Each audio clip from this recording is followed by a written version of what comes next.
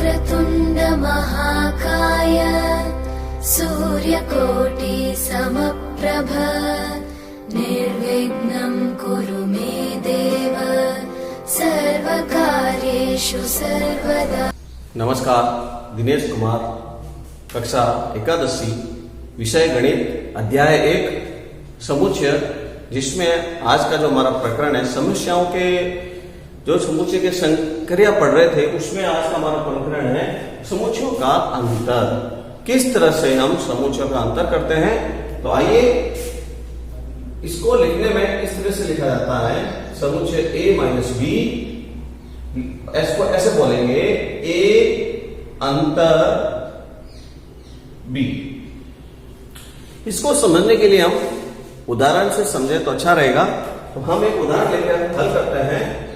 एक हमारे पास में समुच्चय है a बराबर 1 2 3 4 5 6 7 8 एक समुच्चय है। रोस्टर रूप में लिखा हमने 1 से लेकर 8 तक प्रकट संख्या में है। b बराबर 2 4 6 8। अब आपको जैसे कह दिया जाए कि a माइनस बी, बताइए a अंतर b, तो आप 1 2 3 4 5 6 7 8 a का मान लिखा, माइनस b का मान 2 4 6 8। अब आपको बोल रहा है a में से b का अंतर, a माइनस बी। तो कहने का मतलब है कि जो हम संख्याओं का अंतर करते हैं, घटाते हैं, इस तरह से इसमें काम नहीं करेंगे। जैसे 7 माइनस 2 5, 2 माइनस 3 माइनस 1, ऐसा नहीं करना है। इसमें आपको अवयव को देखकर हम बात करने वाले हैं। a माइनस बी का मतलब a के वे अवयव b में जो उपस्थित है, इसके अलावा जो शेष अवयव रह जाएंगे वो a माइनस बी कहलाएगा। a के वे अवयव किंतु b में नहीं है, वो a माइनस बी का अंतर कहलाएगा। a में अंतर b का, तो a के वे अवयव ढूंढो आप जो b में नहीं है, वो a माइनस बी के लिए। तो a का अंतर में, तो 1 इसमें नहीं है, 2 उसमें है, 3 a में है, 5 और 7। ये जो हमने ज्ञात किया वो a माइनस बी है। साधारण सी परिभाषा बोलते हैं कि समुच्चय का अंतर, जैसे अभी हम याद करें a माइनस बी, तो a के वे अवयव जो b में उपस्थित नहीं है, वो a माइनस बी का समुच्चय कहलाएगा। अब आपको बोल दिया जाए b minus a, b minus a याद करना है, तो हम पहले लिखेंगे b के समुच्चय को 2 4 6 8 माइनस a के समुच्चय के अवयव 1 2 3 4 5 6 7 और 8। अब आपको बोल रहा है b माइनस a, b में अंतर b का a का, तो आपको b के वे अवयव जो a में नहीं है, वो b माइनस a का अंतर कहलाएगा। तो b के अवयव 2 4 6 8 क्योंकि यहां पर सब उपस्थित है, तो अब इसका आंसर क्या कहलाएगा? खाली समुच्चय, रिक्त समुच्चय, जिसको बोलते हैं संकेत में व्यक्त करते हैं 5 से। तो यहां पर b माइनस a का मान 5 होगा, क्योंकि जितने भी अवयव हैं वो यहाँ 1 में उपस्थित है, तो शेष कुछ नहीं रह गया। खाली अवयव को रिक्त समुच्चय 5 कहते हैं। समझते हुए लिखिए।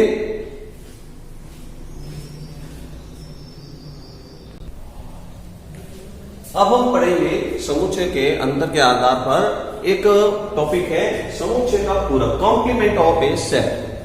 संकेत में कोई भी है समुच्चय a, तो a का पूरक a डैश, b है तो b का पूरक b डैश, c का पूरक c डैश। इस तरह से इसका संकेत बनेगा। समझने के लिए एक उदाहरण लेकर हम काम करते हैं। देखिए u, जिसको आप बोल देते हैं सार्वत्रिक समुच्चय, u जिसको हम कहते थे सार्वत्रिक समुच्चय, हम एक u मानते हैं AEIOU। यह एक सार्वत्रिक समुच्चय है जो कि आपको सबको ध्यान है रोस्टर रूप में है। अंग्रेजी वर्णमाला के स्वरों का समुच्चय रोस्टर रूप में लिखा हुआ है। तो एक हमने यहां पर समुच्चय A माना, A आई यू। तो आप देखते हैं कि ये जो ए हमने रोस्टर रूप में जो माना है, ये जो सार्वत्रिक समुच्चय है उसका उप समुच्चय है। प्रत्येक अवयव ए आई यू इससे संबंधित है। स्मॉल ए संबंधित यू, स्मॉल आई संबंधित यू से, यू अभी सार्वत्रिक समुच्चय और स्मॉल यू संबंधित है यू से, सार्वत्रिक समुच्चय से संबंधित है। तो हम कह सकते हैं कि ये जो समुच्चय ए है, समुच्चय ए सबसेट है सार्वत्रिक समुच्चय का। तो समुच्चय जो ए बना है ये इसका सार्वत्रिक समुच्चय का सबसेट है, उप समुच्चय है। तो हम कह सकते हैं अतः सार्वत्रिक समुच्चय का ए पूरक समुच्चय है।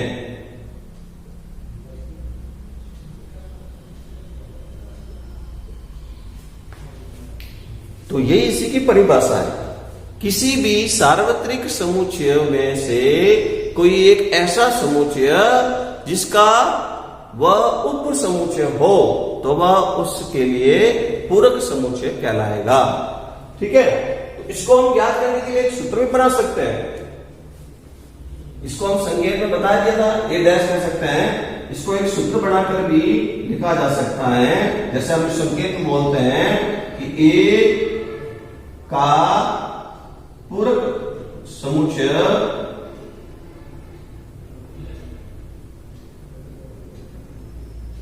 संकेत में ए डैश बोलते हैं सार्वत्रिक माइनस का ए। इसको ज्ञात करने के लिए हम ये सूत्र का प्रयोग कर सकते हैं। तो पहले सार्वत्रिक लिखा जाएगा ए ई आई ओ यू माइनस ए।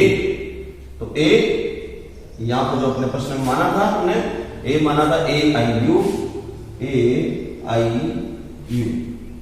तो इस तरह से अब यहां पर हम देख रहे हैं। तो देखिए आप ए माइनस करना है, अंतर अभी आपने पढ़ा है कि अंतर का मतलब जो जिसमें से हम घटा रहे हैं उसके अतिरिक्त कौन कौन से अवयव हैं। ए इसमें भी मौजूद है, आई इसमें भी मौजूद है, यू इसमें भी मौजूद है। तो अतिरिक्त अवयव जो इसमें नहीं है वो यहां लिखा जाएगा ई और ओ। ये हमारा ए डैश है जिसको हम पूरक समुच्चय कहते हैं। तो वरना एक बार किसी समुच्चय का पूरक समुच्चय सार्वत्रिक समुच्चय में से ऐसा समुच्चय वह उसका उप समुच्चय हो वह उसके लिए पूरक समुच्चय कहलाएगा। समझते हुए लिखिए।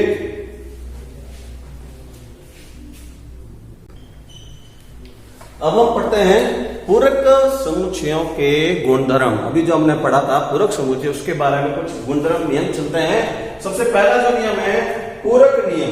तो क्या होता है पूरक नियम? इसके अंदर लिखा हुआ है ए यूनियन ए डैश बराबर A union A dash is equal to सार्वत्रिक समुच्चय या A dash union A is equal to सार्वत्रिक समुच्चय।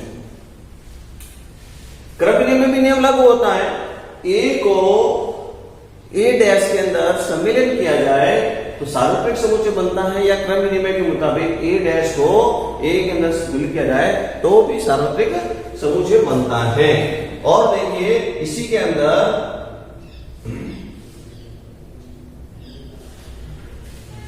अब इस देखिए एक बार पूरक नियम में A union A dash is equal to सार्वत्रिक।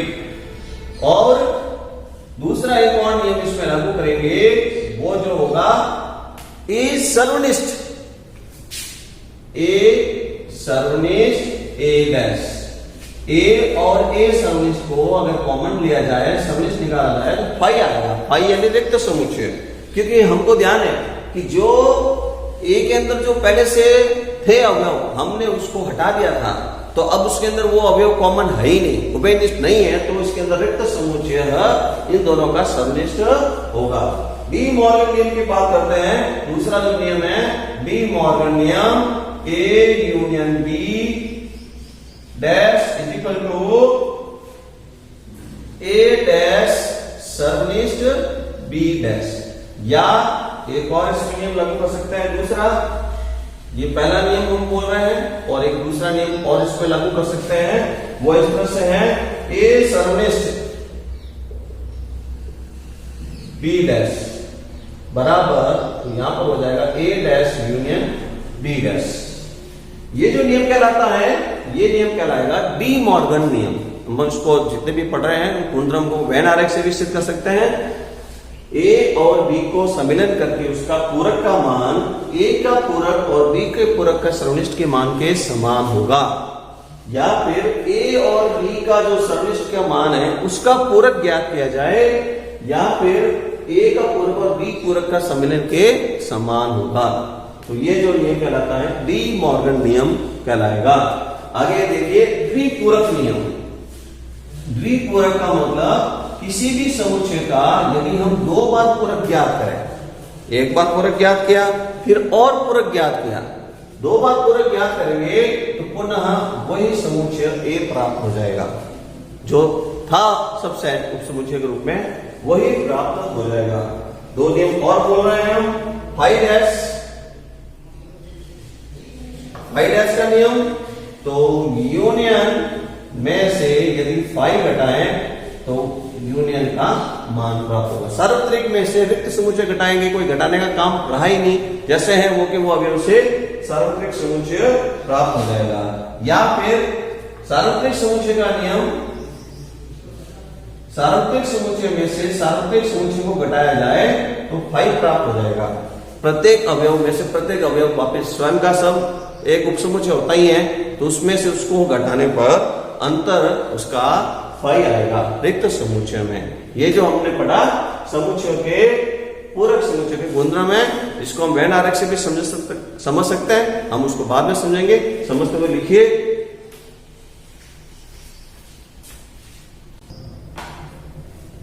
अभ्यास के लिए कुछ प्रश्न जो आज हमने जो पढ़ा, समुच्चय का अंतर व पूरक समुच्चय, उस पर आधारित कुछ अभ्यास प्रश्न हैं जो आपको समझते हुए करने मिलाना है, नोट्स बनाना है। बहुत प्रश्न में पहला प्रश्न जो है, ए बराबर एक समुच्चय दिया हुआ है, बी बराबर समुच्चय दिया हुआ है, तो ए माइनस बी और बी माइनस ए का मान ज्ञात कीजिए। एक बात ध्यान रखेंगे कि हर एक बार इसमें क्रम बनने में लागू नहीं होगा। ए माइनस बी, बी माइनस ए का मान समान होना अनिवार्य नहीं है। दूसरा जो प्रश्न है, यू सार्वत्रिक, एक सार्वत्रिक समुच्चय दिया हुआ है, निम्नलिखित समुच्चयों के पूरक ज्ञात कर रहे हैं। u माइनस जो कहे उस समुच्चय को अंतर कर लेंगे, u माइनस ए, u माइनस बी, जो कहेंगे वो। a का मान तो a का पूरक u माइनस ए, b तो u माइनस बी। u सार्वत्रिक समुच्चय में से उसको घटाना है। तीसरा जो प्रश्न है उसमें u एक सार्वत्रिक समुच्चय दिया हुआ है, a का मान 1 2 3 4, b का मान 2 4 6 8, तो आपको c का मान भी दिया हुआ निम्नलिखित में जो कुछ प्रश्न ज्ञात करना है। a डैश यानी a का पूरक u माइनस ए, सूत्र बताया था आपको। b डैश यानी b का पूरक तो u माइनस b।